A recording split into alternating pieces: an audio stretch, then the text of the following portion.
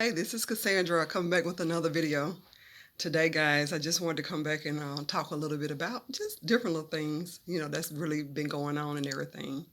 You guys, I told you guys that how, my brother-in-law had traveled beyond and everything, and that I needed to go home to the funeral and the things that they had planned for his services.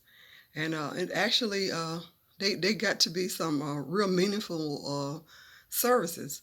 You so used to just going to the Kingdom Hall whenever we lost somebody that was inside the Kingdom Hall, and they would give a talk or whatever about it, and it wouldn't be that much about that person, but two things just really happened this time, and they were really interesting things.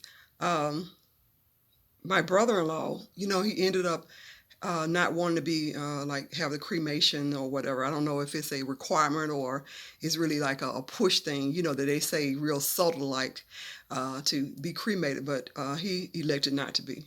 And so we ended up viewing him and everything. And also the next day was like a graveside, and the thing that happened was just amazing because the man that gave his eulogy was just in tears.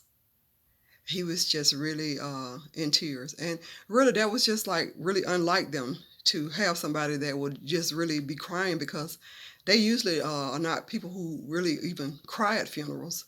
I remember one time when me and my ex-husband went to view a friend of mine that was, that used to be that when I was in it, and I used to know her, but I was out of it.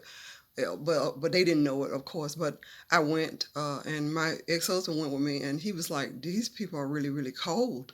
It's like cold. They are like cold fish."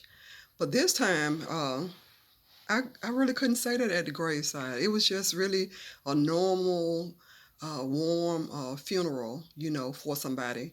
And even though he tried to get on the subject of, spreading the good news or something like that, he said my brother-in-law had been spreading the good news, of course he was an elder, and he had been elder for many years, and he was our big elder. You know what I'm saying? That was the connection that you would have inside the congregation, that, hey, my brother is an elder, or my uncle is an elder, my dad. You have to have somebody that, put you kind of in there, and he was kind of the one that did that. And so at his service, at his graveside, it was really he was really emotional. And so, you know, I uh, I felt some kind of way about that. I noticed that happened, and so I went on to just just be myself. But I knew that going back to the house would be, like something different, because the people that I grew up with at the time, they didn't know a lot of. I was out of the whole congregations and everything by the time I wrote my letter and stuff like that. So they wouldn't probably had announced me to them.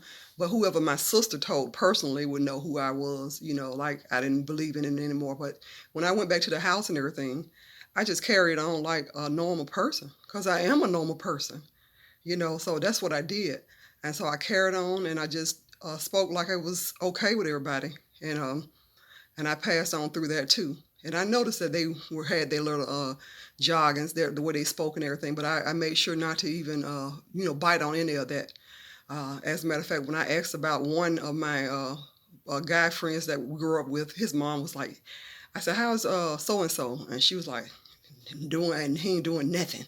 I said, "Well, how's his health? Is his health okay?" And he was like, "Yeah, but he's not doing anything for the truth." I said, "Honey, I was asking about how he was doing." And so I got up from the table after that. But she just really let me know that she was really, something's wrong, because you are talking about some stuff that don't even make no sense to nobody. But anyway, I think this my camera is going out, so let me stop taping.